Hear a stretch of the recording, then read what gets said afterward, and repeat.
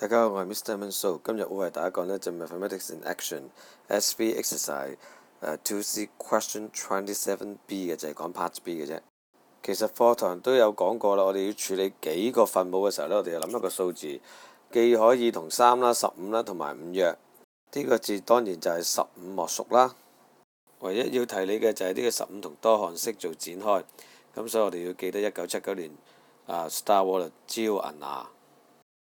右手邊嘅我呢做快少少啦，1同埋15約呢就1同埋3啦，所以呢就2、3就6x 喺呢邊啦。呢邊呢我就拆咗啦15乘第一個份數同埋15乘第二個份數嘅。